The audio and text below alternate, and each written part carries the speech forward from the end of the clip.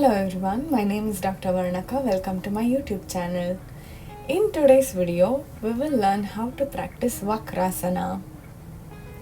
Vakrasana is really good for diabetes. It improves digestion and avoids constipation, and also it twists your spine and stretches it. To practice from Dandasana, bend at your right knee, placing your right foot next to your left knee. Place your right hand behind your back, twist your spine this way and catch hold of your right ankle with your left hand.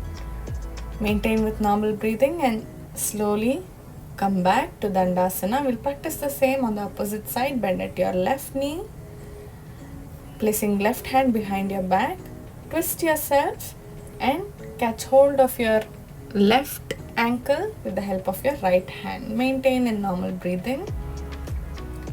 Inhale and come back to center. Exhale and relax. If you found this video useful, like, comment and share, and subscribe to my channel. And also follow me on Instagram and Facebook.